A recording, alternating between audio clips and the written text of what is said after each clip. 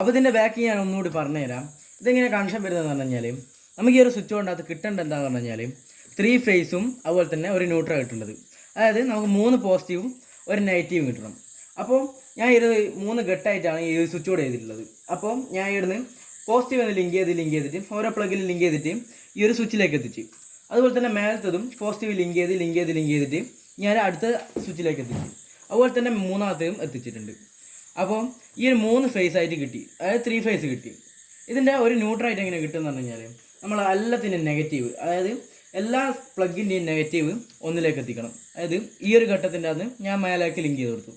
അപ്പോൾ അതുപോലെ തന്നെ അതായത് ഈ ഒരു സ്വിച്ച് ബോർഡ് മൊത്തമായിട്ട് ഒറ്റ നെഗറ്റീവേ ഉണ്ടാവുള്ളൂ. അപ്പോൾ ഈ ഒരു 3 ഫേസിലേക്ക് ഞാൻ മെയിനിലേക്ക് കണക്ഷൻ കൊടുക്കുക എങ്ങനെയാണെന്ന് പറഞ്ഞാൽ നമ്മളെ സ്വിച്ചിൻ്റെ അകത്ത് നിന്ന് നേരെ ഒരു ഫേസ്, രണ്ടാമത്തെ സ്വിച്ചിൽ നിന്ന് രണ്ടാമത്തെ ഫേസ്, മൂന്നാമത്തെ സ്വിച്ചിൽ നിന്ന് മൂന്നാമത്തെ ഫേസ്. അപ്പോൾ 3 ഫേസ് കറണ്ട് കിട്ടി.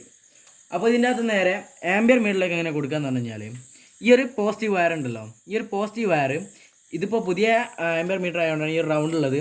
അപ്പോൾ ഇതിൻ്റെ സ്വിച്ചിൻ്റെ കണക്ഷൻ തന്നെയാണ് ഇതിനകത്തും വരുന്നത്. ഈ ഒരു റൗണ്ടിലോട്ടാ നമ്മളൊരു പോസിറ്റീവ് വയർ കടന്നു പോകുമ്പോൾ ഇതിൻ്റെ അകത്ത് ആംബിയർ എത്ര ആംബിയർ ആണോ അത് ഇതിൻ്റെ അകത്ത് കാണിക്കും. അതുപോലെ തന്നെ 3 വയറിലോട്ടും കടന്നു പോകണം.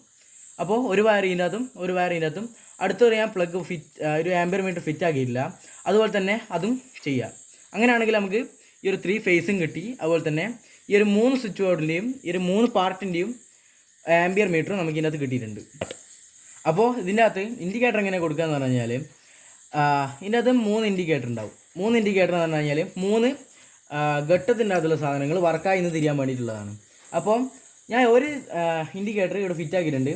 ഇത് നമ്മൾ ഫസ്റ്റത്തെ ഈ ഒരു ഘട്ടത്തിലേക്ക് ഞാൻ ഇത് കൊടുക്കുന്നുണ്ട്. അങ്ങനെയാണെങ്കിൽ ഒന്നാമത്തെ ഇത് ഓൺ ആകുമ്പോഴേക്ക് ഈ ഫസ്റ്റ് ഇൻഡിക്കേറ്റർ എത്തും. രണ്ടാമത്തത് ഞാൻ രണ്ടാമത്തെ ലൈൻ കൊടുക്കുകയാണെങ്കിൽ ഈ ഒരു രണ്ടാമത്തെ ലൈന് വർക്കാകുമ്പോൾ ആ ഇൻഡിക്കേറ്ററും കത്തും. അതുപോലെ തന്നെ മൂന്നാമത്തും ചെയ്ത് കഴിഞ്ഞാൽ 3 ഇൻഡിക്കേറ്ററും കിട്ടി, 3 ആംബിയർ മീറ്ററും കിട്ടി. അതായത് ഈ ഒരു സ്വിച്ച് കൊണ്ടകത്തേക്ക് പവർ കിട്ടുമ്പോൾ ആ സമയത്ത് തന്നെ 3ലുള്ള ആംബിയറും കാണിക്കും.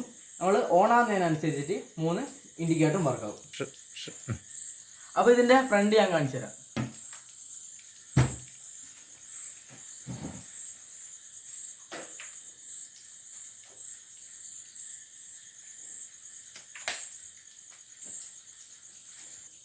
ഇതിൻ്റെ അകത്ത് നമ്മളൊരു കണ്ടർ ഫിറ്റ് ആക്കിയിട്ടുണ്ട്. ഇത് 3 ഫേസ് കണ്ടർ തന്നെയാണ് ഇതിൻ്റെ പേരും. അപ്പോൾ ഇതത് എങ്ങനെ വരിക എന്ന് പറഞ്ഞു കഴിഞ്ഞാൽ ഞാൻ ഒരു 3 ഫേസ് എടുത്തിട്ടുണ്ട്. അപ്പോൾ ഈ ഒരു 3 ലൈനിൽ ഞാൻ ഈ ഫേസും അതുപോലെ തന്നെ ഒരു നെഗറ്റീവും ഇതിൻ്റെ ഉള്ളിൽ നിന്ന് എടുക്കുക. അങ്ങനെയാണെങ്കിൽ ഇതിൻ്റെ അകത്ത് 3 ഫേസും ഒരു നെഗറ്റീവും കിട്ടും. അപ്പോൾ അതുപോലെ തന്നെ മേലെ ഇതിൻ്റെ അകത്ത് വയറിട്ട് കഴിഞ്ഞാൽ 3 ഫേസും ഒരു നെഗറ്റീവായിട്ട് നമുക്ക് പുറത്തേക്ക് കൊടുക്കാൻ പറ്റും.